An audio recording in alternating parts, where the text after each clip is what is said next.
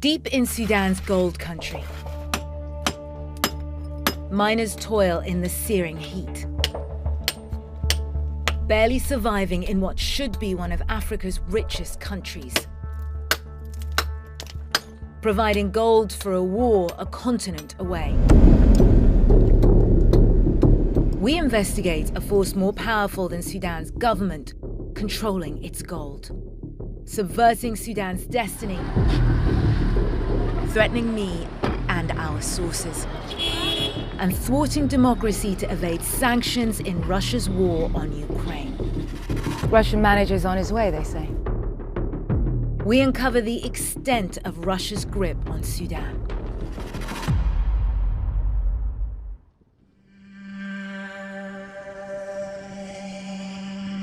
For millennia, Sudan has produced some of the most sought-after gold in the world. And Putin's private army, the notorious paramilitary group Wagner, knows it. Sudan's government is denying Wagner's existence in country, but we're not buying it. And we've come to investigate. Wagner's tentacles stretch right across Africa. We've discovered some of its most notorious operatives are working on Sudan. Yevgeny Prigozhin, the head of Wagner, Mikhail Potopkin, Prigozhin's head of Sudan Ops, and Alexander Sergeyevich Kuznetsov, Wagner's key enforcer, previously convicted of kidnap and robbery, working with this man, Sudanese General Mohammed Hamdan Dagalo, aka Hemeti, in a quid pro quo for training and weaponry. We travel 200 miles north from the capital Khartoum to gold country to take a closer look at Wagner's main moneymaker, artisanal gold. Miners bring rocks they extract here to be processed. 85% of Sudan's gold is produced artisanally. This right here, it may not look like much. This is what's left after the rocks that the miners have brought in is milled. Now, they've taken what they can out of it, but this gets sold. And when it's properly processed with someone who has superior technology, you can make 10 times what those miners over there are making. 10 times more money without any of the back-breaking work. And the only foreign processing plant operational in Sudan is Wagner's Merowe Gold, despite a Sudanese law limiting ownership to locals. Also troubling, Merowe Gold was sanctioned 2 years ago by the United States for exploiting Sudan's natural resources and spreading their malign influence around the globe. According to the Sudanese government, they officially ceased operations, but they are still here, still evading sanctions. We verified their location with coordinates provided by Sudanese anti-corruption investigators and head there to see for ourselves. As we approach, the red flag of the former Soviet Union blows in the wind.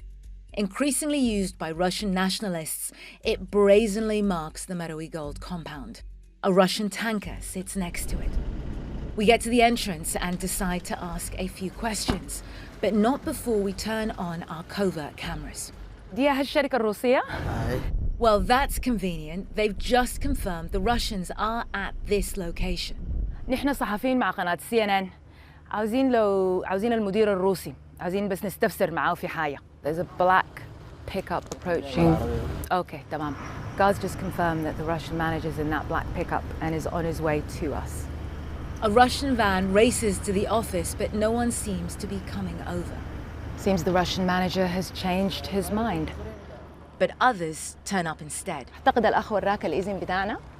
بس نحن هسه دي شركة اسمها الصولة، شركة سودانية. They claim this plant is Sudanese owned and is called Al Solaj. Remember that name, it's important. Al Solaj.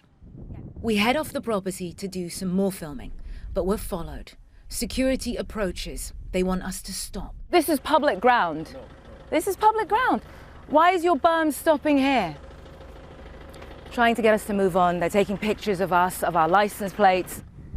The reason they're so nervous, Al Solaj is a front for the Russian company Merowe Gold. Wagner is still operating illegally, a foreign company pretending to be Sudanese to evade US sanctions. We obtained their registration documents to prove it. The document on the left is for Merowe Gold, the one on the right, Al Solaj. These dates represent complaints made in employment courts against Merowe Gold. These ones from Al Solaj are the same. Under Sudanese law, when a company's holdings are transferred, so are any judgments against it. Here you can see the judgments against both companies are identical. All they've done is change the name. Wagner, hiding in plain sight to avoid US sanctions and keep the financial pipeline flowing back to Moscow and its war on Ukraine. A dangerous business to delve into.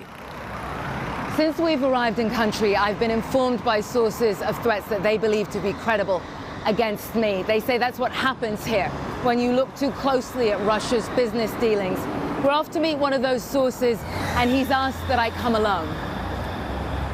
Merowe Gold is a front for the Russians, specifically for the forces of Wagner that are working to exploit gold in Sudan and its export. It's a front, it's not a company. It extracts gold from tailings, and it buys gold from the Sudanese artisanal miners.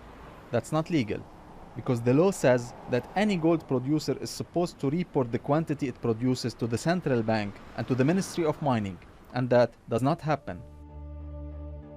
Inside Sudan's central bank, a whistleblower snapped this photo of a computer screen, showing official production in 2021 at 49.7 tons. 32.7 tons are unaccounted for by the central bank. But the real figure, we're told by whistleblowers, could be over 220 tons. That's around $13.4 billion worth of gold a year that's being stolen from Sudan. How has this happened? 2 years ago, the Sudanese people successfully overthrew Africa's second longest ruling dictator, Omar al-Bashir. 18 months later, the military staged its own coup, sweeping aside civilian rule. And they did this, we're told, with Wagner's support in exchange for gold. This man had a front row seat to Russia's machinations and has evidence to prove it stood to gain by supporting the Sudanese military's coup. Under threat of assassination, he's been in hiding for the last 9 months, moving from safe house to safe house. The Russians and Sudanese officers saw the civilians in the government as an obstacle to their plan. The official anti-corruption task force wasn't caving to pressure or threats or even bribery.